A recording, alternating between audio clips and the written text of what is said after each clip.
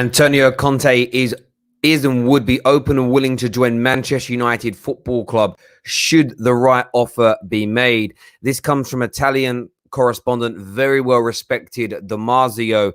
Of course, kind of shot more to prominence again over the summer for getting a number of major transfer deals right.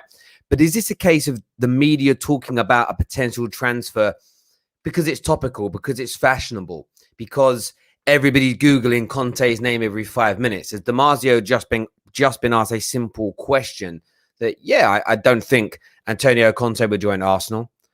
We know why he didn't join Chelsea, but he would be willing to join Manchester United. Do you believe there is any validity?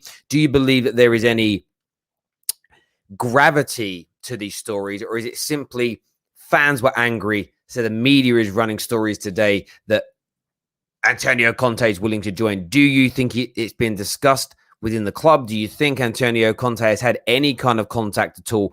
Even maybe just him and his representation talking and saying, should we put the feelers out to Man United? Should we just let them know we're available? Or maybe that's exactly what this is.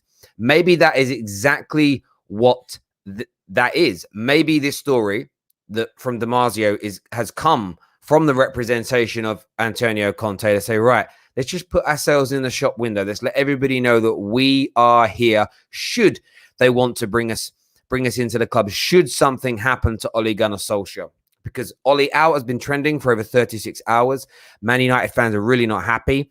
But is Antonio Conte even the right person for us to be looking at? Or is it simply, it's a big name of an available manager, so it's almost the default for everybody to talk about? But as stated by Damasio, Antonio Conte would be, in his opinion, would be willing to join Manchester United Football Club, joining a winning project, wouldn't go to Arsenal, wouldn't go to Tottenham, but would join Man United. What's your thoughts? What's your feelings?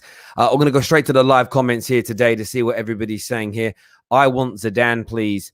And I'm seeing Zidane's name come in a lot from people this morning. Zidane. And I totally get why. Like Zinedine Zidane has that Champions League pedigree that everybody wants. I think one of the interesting things about Antonio Conte is the fact that his Champions League pedigree is poor. And a lot of people have an issue with his Champions League pedigree.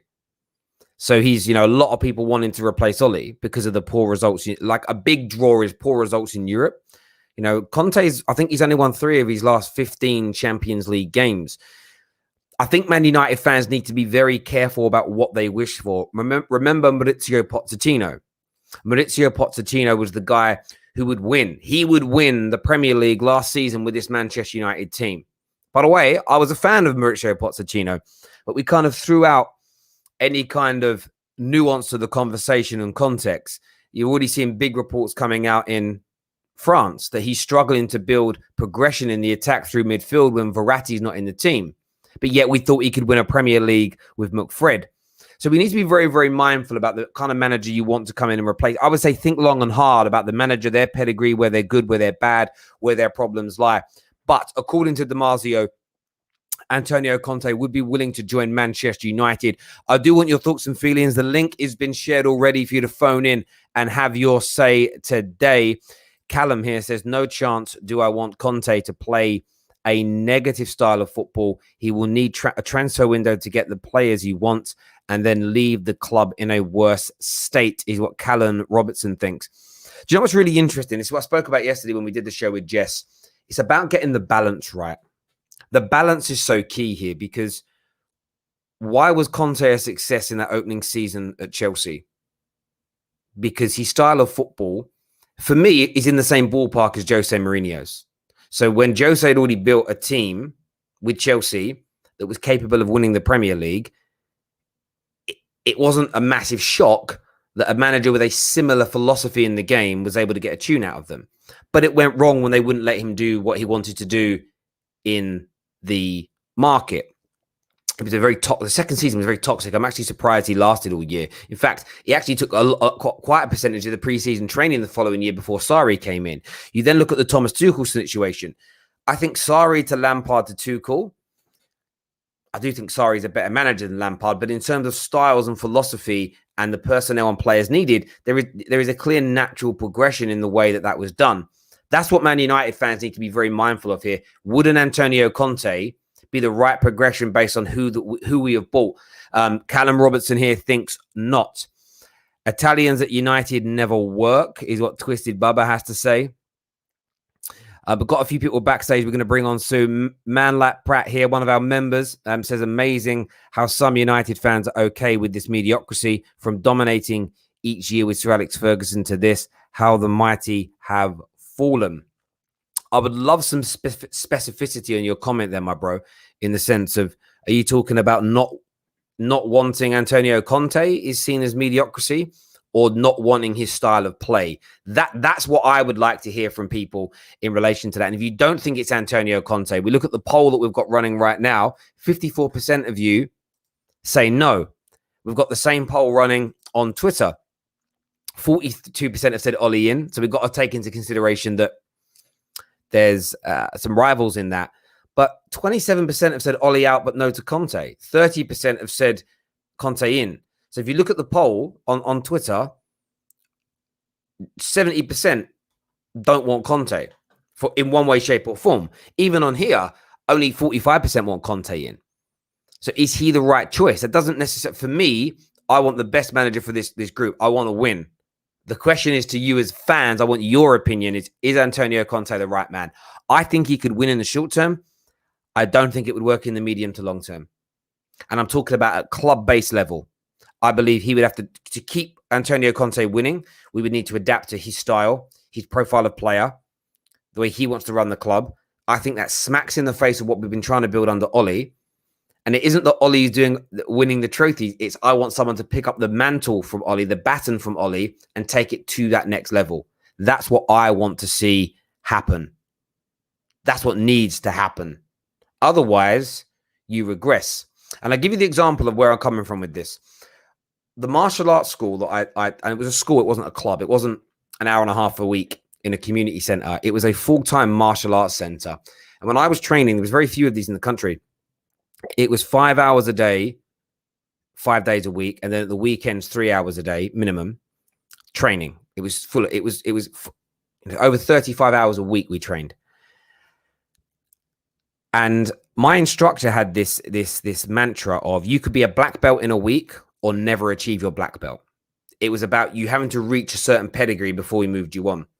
But his philosophy was, I need to train all my students to have better knowledge of the arts and better ability than me. That's my goal, is to make you better than I am. That way, there's a continuation of quality. If, for instance, I'm in charge and none of my students ever become as good as me, and then they start teaching and none of their students ever become as good as them, and so on and so forth. Over 2 or 3 generations, you dilute the quality. And that's what I want to see from Man United. I want to see what we used to do. I want to see this element. Okay, we've got it to this level. Who can come in and take us up, up, up? Now, at some point, you'll bring in the best manager in the world, and it can't get any better. There's always a ceiling to it, but you should always be aiming to improve. Or even if you're the best, you've got to aim to improve. More sustainability, more consistency. I just feel with the Antonio Conte move, in the medium to long term, it could be damaging.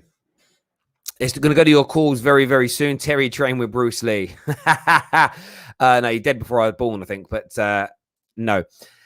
Funny to see rival fans dreaming about Conte when it all goes down. He doesn't want your trash projects.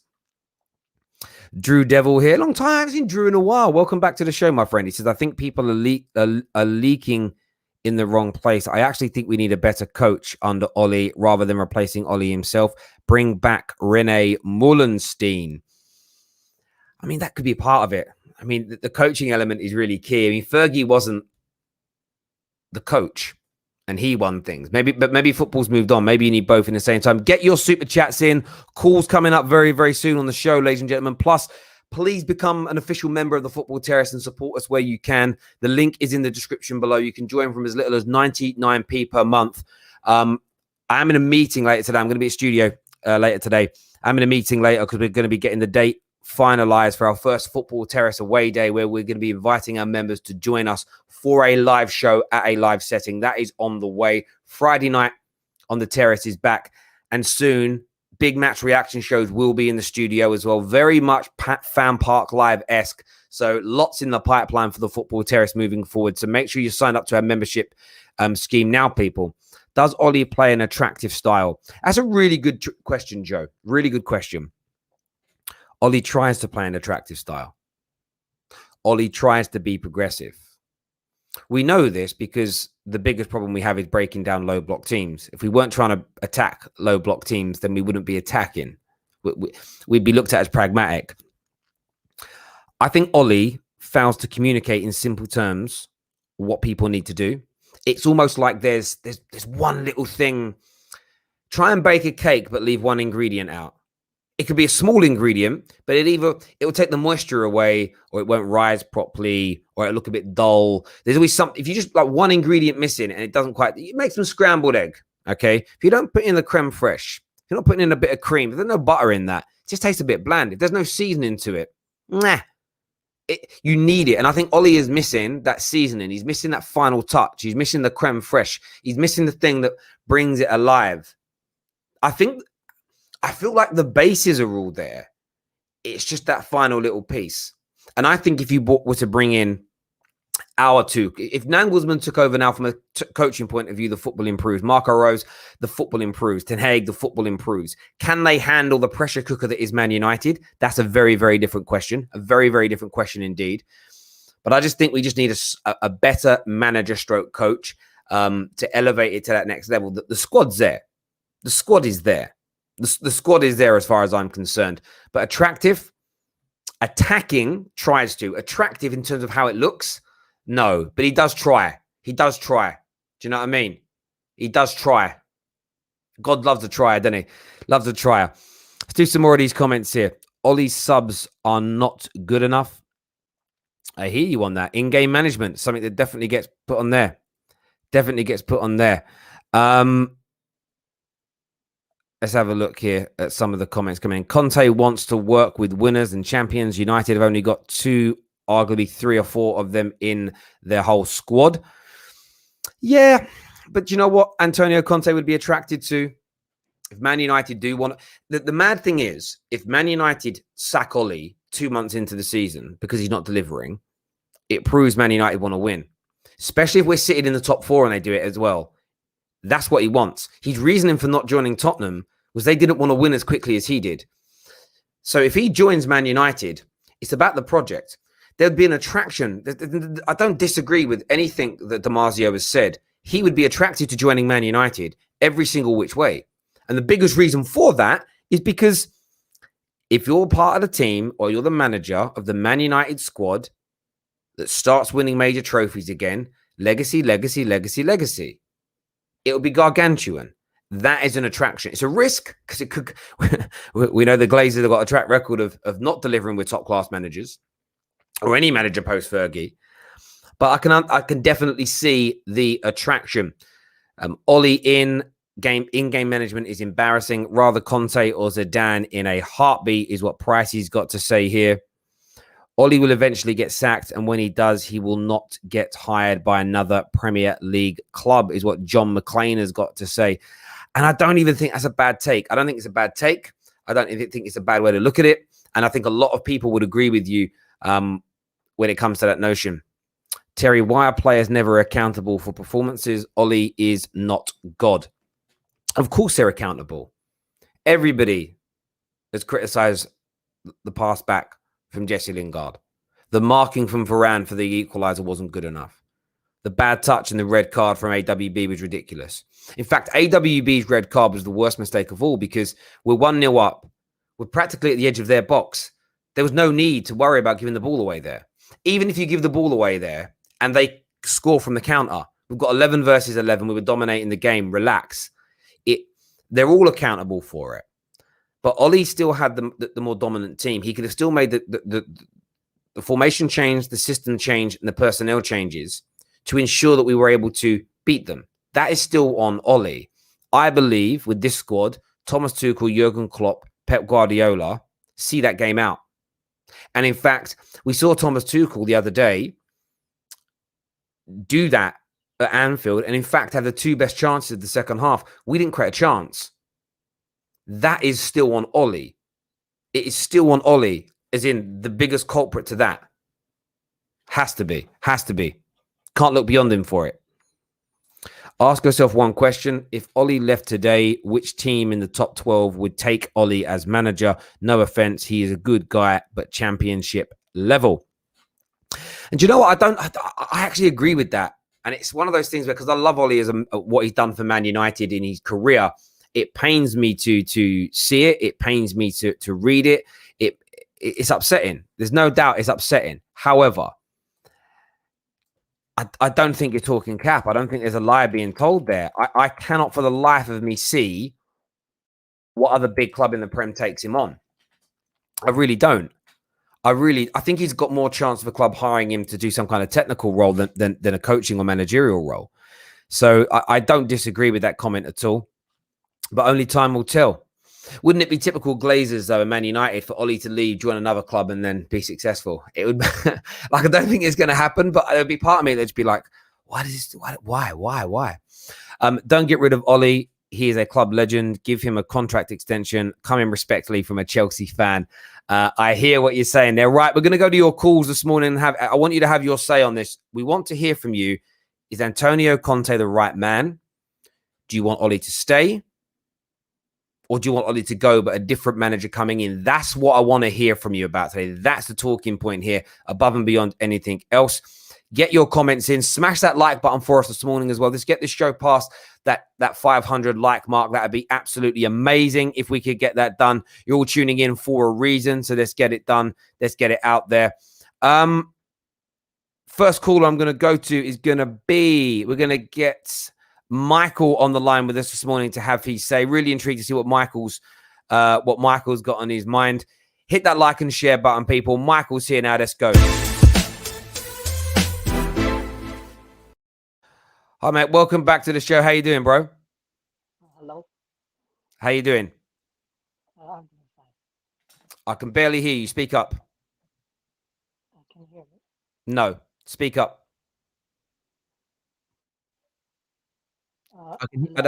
It's not your mute. You're just very, very quiet. Speak louder, please.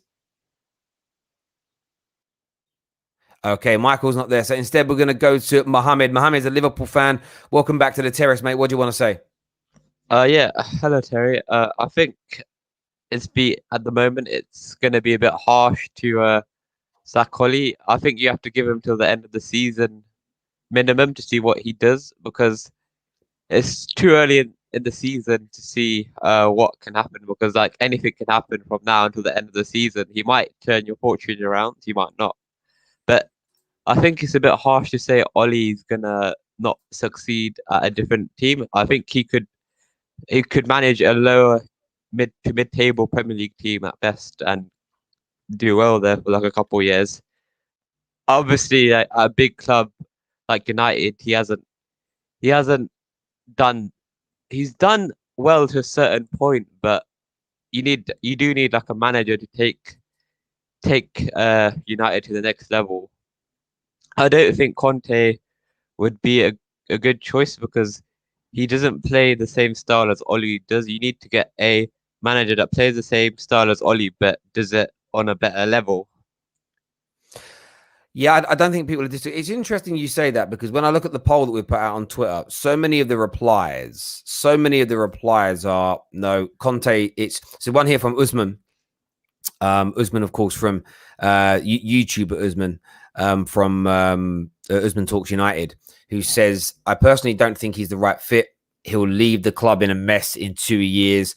Way too short-sighted for me. So I think a lot of people have that notion that he just won't leave Man United in a good position, in a good place. And that isn't necessarily his fault. It's like literally what I feel like's going to happen. And Jess called me out on this yesterday, but I stand by it. He comes in. We might win something even major in the first year. I could see that happening. He then goes, right, but for me to be successful in the medium term, I need all these changes. We start those changes. And then the club, I don't know, we go for it like all teams do. You go for a sticky period, and the club then says again, oh, we're not doing any more for you. He becomes toxic. It goes horrible again, and he leaves the club at a lower point than when he took over. And that's the thing for me. That's what Man United have got to try and aim for. If you can, forget the results in the league. You need, when you're replacing a manager, for that manager to be leaving the club in a better situation internally than it's been found. The problem, like with the when people always say things like, "Oh, Ole hasn't improved the club because he hasn't achieved what Mourinho achieved," that for me is a warped view, because Ole didn't take over from Jose's peak. He took over from Jose's lowest point, which meant Jose's lowest point was lower than when Jose took over from the football club. So it means that Ole, to get it back up to a winning level, there's a lot more work to do. Ole's got to a point now where we should be winning. It's now down to his managerial ability where he can do that. I do worry about the Conte deal in that way. Mohammed, great call, mate. Thank you for coming on and having your say. Really appreciate it. Neil here. It says Ole spent 460 million over 3 years and not a penny on a DM. United fans need to wake up and realize he doesn't see that as a need. And you know what I'd say there, Neil? That's where the football club needs to step in.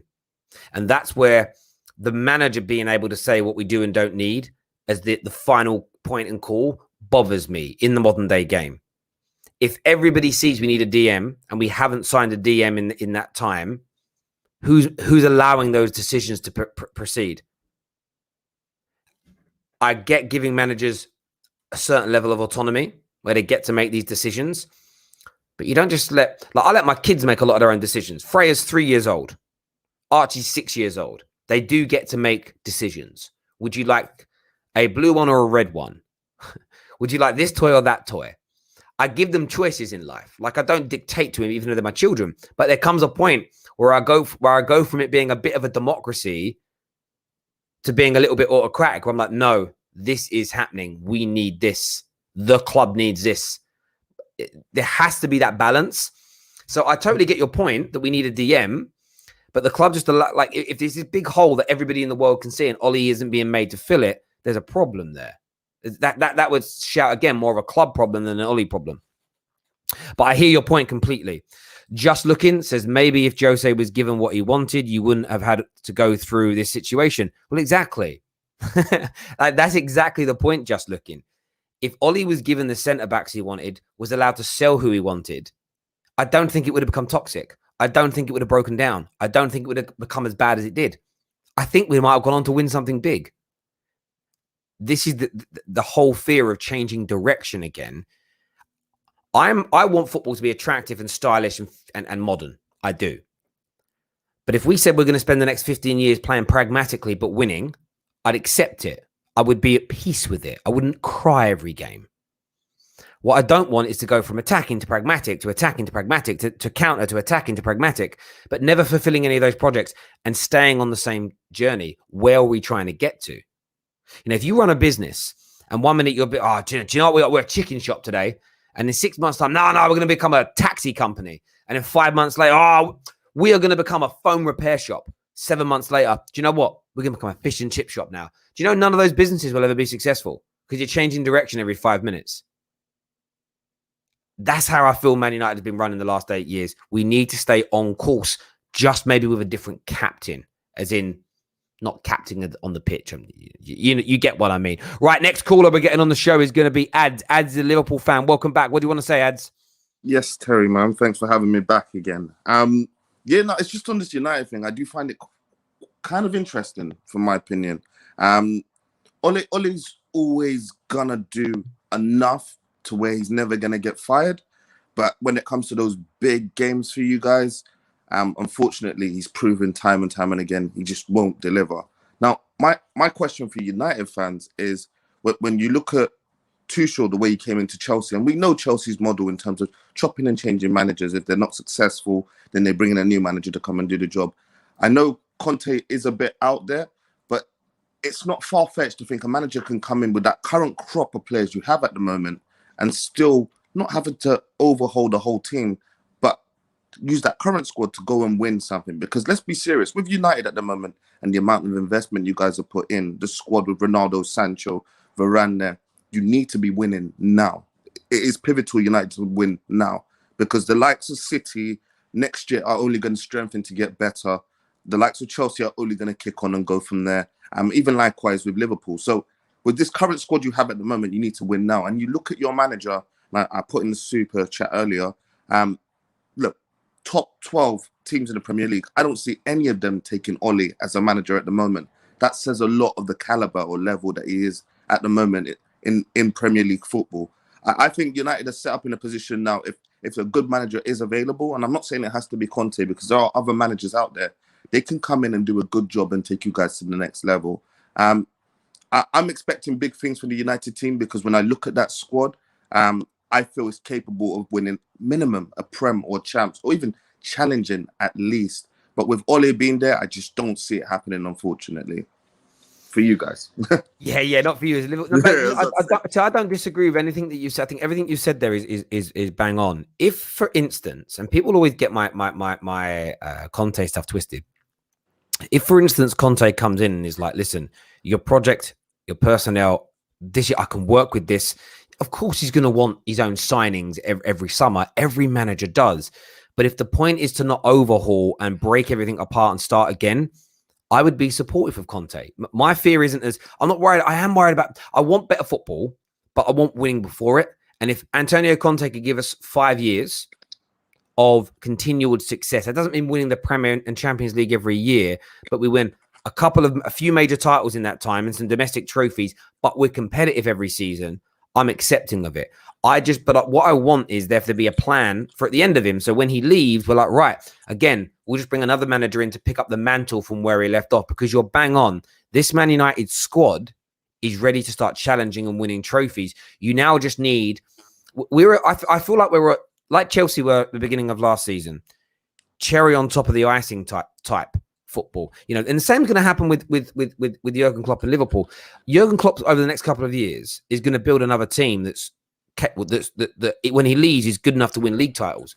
Liverpool fans are not going to accept a manager coming in and then 5 years until you start being competitive again. From what you've built, it's, yes, Jurgen Klopp's giving you your best time in the Prem era, but you're not just going to go, right, whoever comes, I'm just going to throw a name out. Marco Rose is going to replace him, or Gerrard replacing him.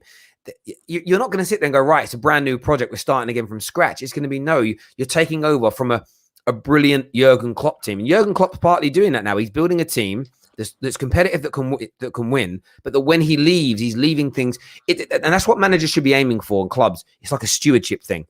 Yeah. Can I leave the club in a better situation than I joined it? But that is only achievable if manager and club are on the same page and they're both pushing the club in the same direction.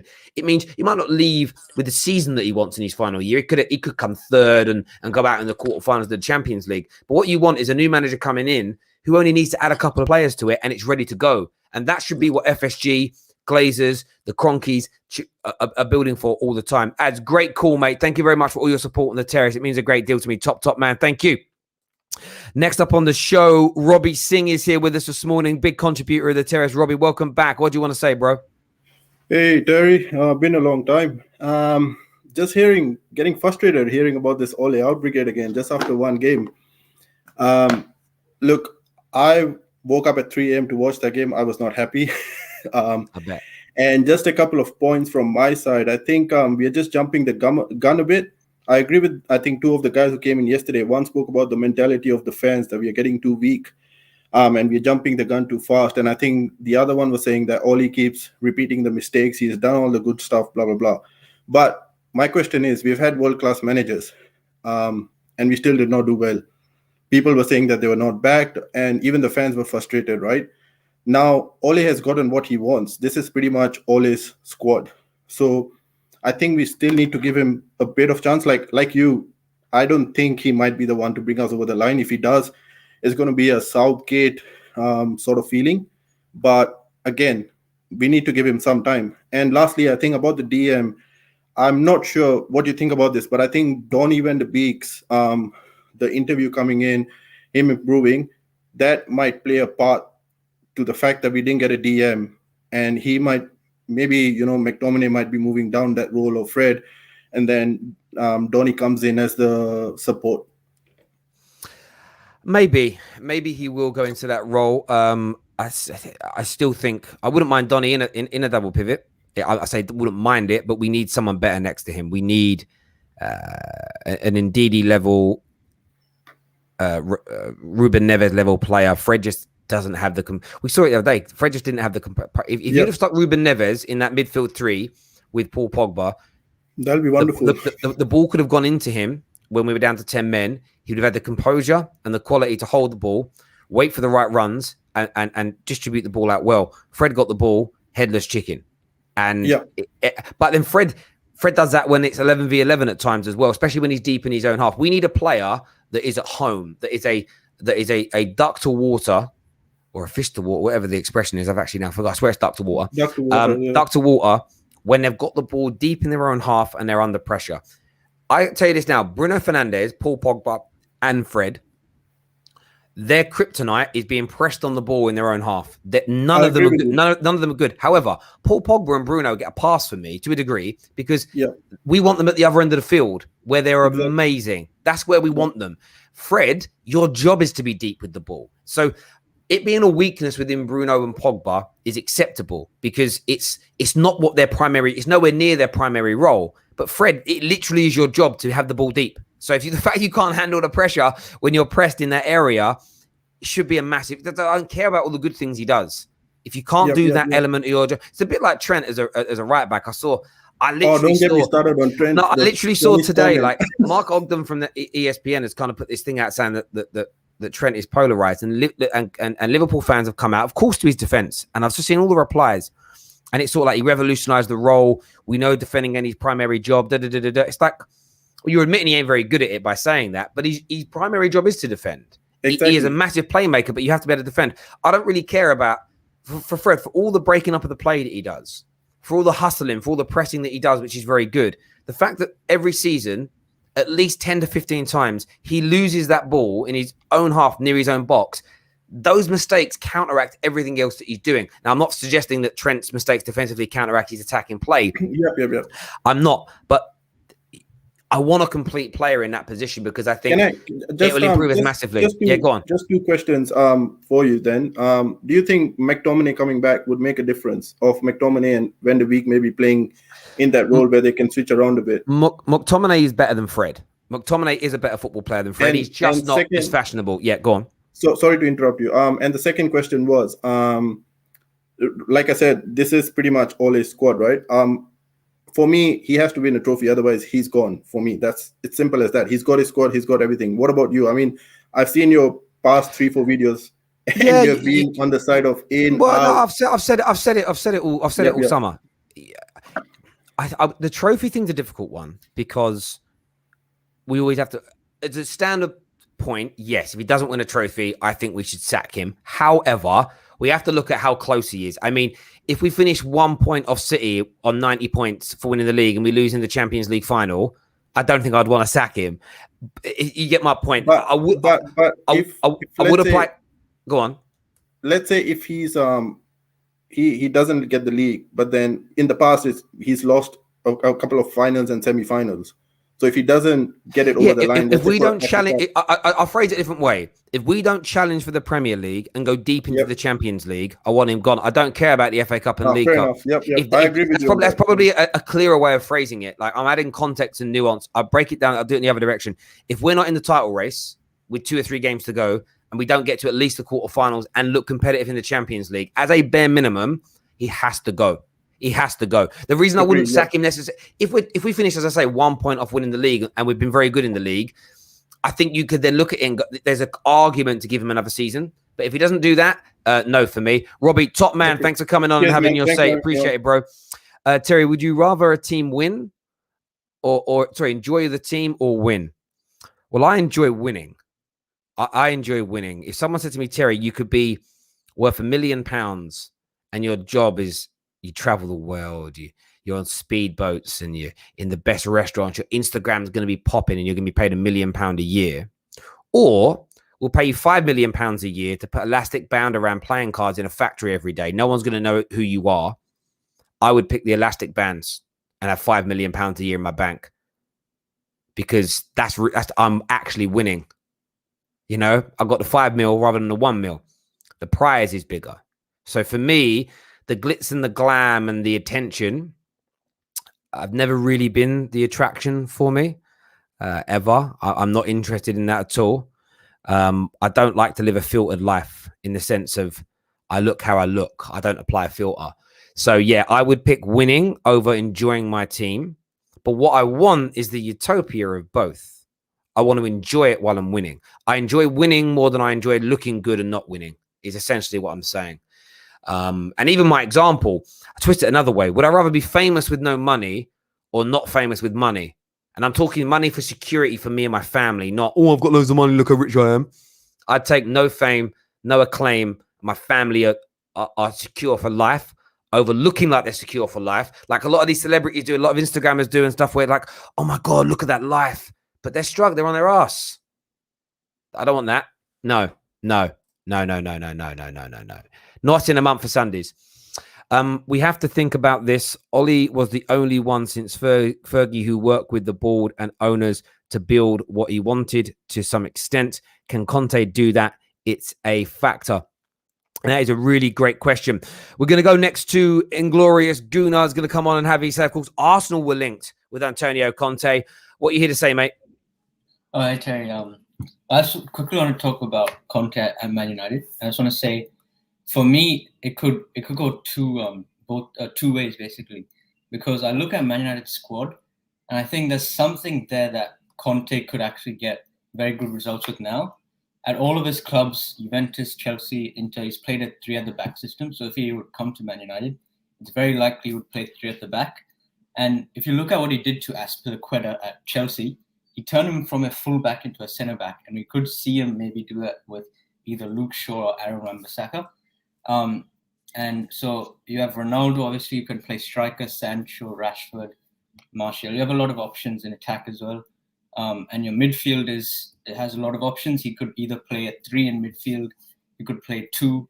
But on the other hand, a worry that I would have if Conte would come, if I was a Man United fan, would be he would prefer using some of the older players, maybe Nemanja Matic, for example, who he's worked with in the past.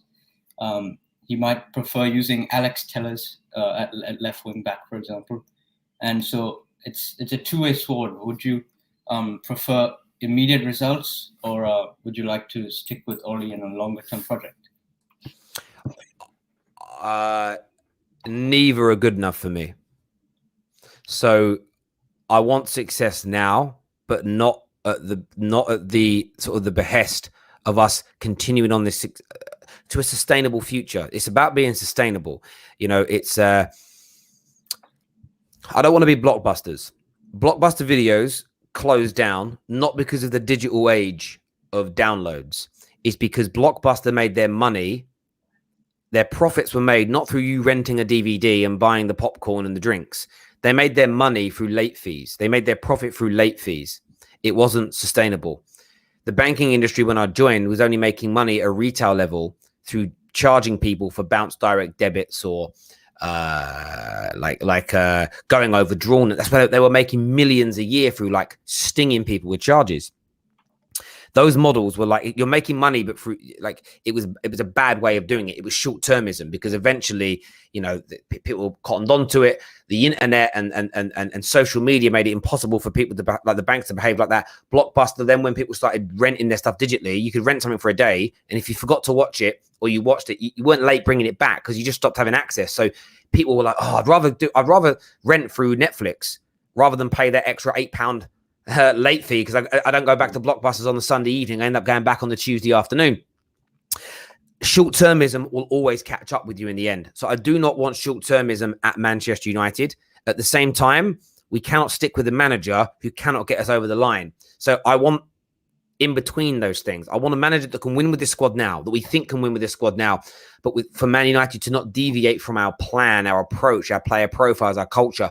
I don't think it's too much to ask for. In fact, it should be what we're all demanding. Do you get where I'm coming from? Yeah.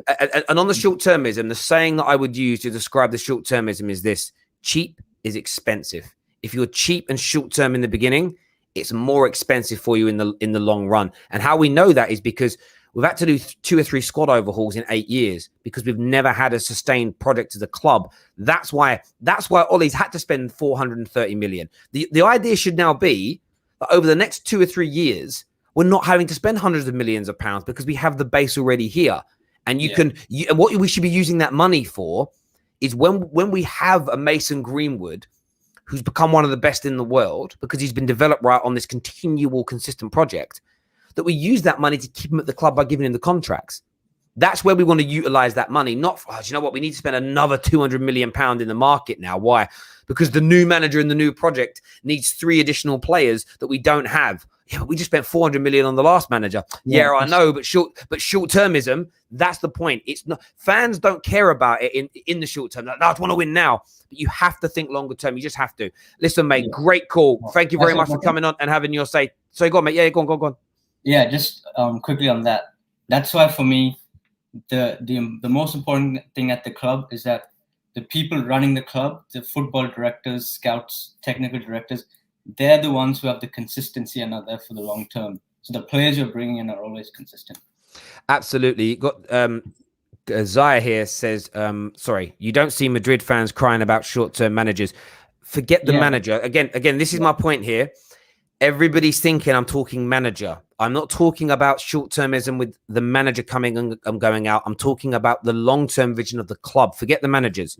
Stop crying, Terry, about short-term. Look at top clubs. Man City, Chelsea, Bayern Munich, Leicester City, they don't have a short-term view. Forget the head coach. We should have a long-term view and plan that makes the head coach or managerial role plug and play solution. The manager role should be almost like an outsourced resource. You're right. We've got everything where we want to have it. We now need the right manager, like a normal company. Like when you leave, when I joined and left Barclays Bank, didn't fall apart. Even my department didn't fall apart. Why? Because there's a contingency plan. I'm sorry to say this to people, and maybe that's where people maybe misunderstand me. I'm not talking about us sacking managers is the short-term view. The club's plan. I swear to God, we need the mainstream media and the football people out there to educate the fans on this, because sacking managers doesn't mean your club doesn't have a long-term plan. That was a myth that was pushed. Sorry, mate, I have to go into this. This is a myth that was pushed. When Chelsea first came in and were sacking managers, you had the old school saying it isn't sustainable. That's because they didn't understand the way that football was changing in the sense of club first, manager second, players third. That's how it should be. Listen, bro, thank you for coming on and having your say. Really appreciate it, mate. Top man. Thank you. Long-term views is not the way in 2021. It is. But forget long-term view being manager of 25 years. That's your mistake there, Jess. That's your mistake. Forget that. That's old thought. Bruce Lee once said, I'm not going to get his quote wrong here, I'm paraphrasing, but if the cup's half full of knowledge, but the wrong knowledge, you can't learn the correct stuff until you throw away what you think you know. I was taught this by listening to football financial experts, club owners over the years. That mantra of a Fergie at the head for 20 odd years, that's not what long-term vision is. It isn't going to work. It's club plan first, club sustainability first, and you add the managers and players into that. But they come in to operate under your model, not the other way around. That's what I would say there, Jess, my friend. That is what I would say to you. Right, we're going to get Kazim on the show now. What are you saying, bro? Hey, Terry, all right? Yeah, I'm very good. What do you want to say, bro? Look, I think Man United have outstanding squad. I said it to you before. I don't think the manager is good enough, mate. I think if you seriously wanna, because I think Man United up there with City and Chelsea, because it's got the squad. It's just the manager is not good enough, and it proved it against Young Boys. It's not the menace Man United lost. It's about the manager, how he's tactically inept in the way he couldn't find the way. Look Liverpool look at Chelsea against Liverpool with 10 men. It's just, he didn't get beat. That's what big teams do. I'm sure City would do if they played with 10 men as well. That's what Man United lacking. They're not lacking the players. They're lacking the manager and his stuff as well. Like what he's got with him in it. So I think it's very, very sad because Man United is a big club with big structure. But I don't understand why the owners and the board accepting someone like Ole to be a manager. Man United is a big club, mate. I'm a Chelsea fan. I'm admitting it. Man United is a big club, and it's sad in a way. But a lot of rival will love it. They just want Ole to be in, It's just for a banter and stuff. But when you look at it, actually, Man United can win the league if it was Conte, because Conte is he's a brilliant manager. I'm telling you that now. And he's got the point is as well, to make quickly, Terry, because I know you're busy. Conte will get the best of these players, like Paul Pogba. I think Paul Pogba one of the best players in the world, in my eyes.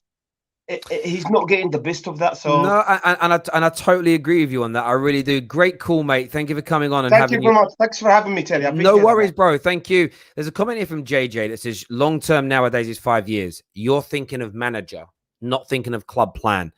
There's a differential. They have to be, they're ring fenced from each other. I don't care if we have a new manager every year, as long as the club plan stays the same. That's it. And do you know how I know I'm right? It's because it's how all the top clubs are now being run. Look at Barcelona's demise. It isn't because of their manager. It's because the club stopped being run well. Didn't get run well. Why did Dortmund churn out success for their size? Because they're run well. Why did Bayern Munich stay at the top? Run well.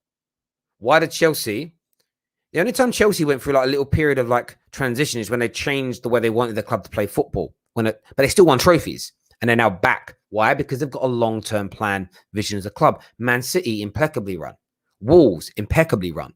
Leicester, impeccably run. Brighton, amazingly run. All of them have a club plan.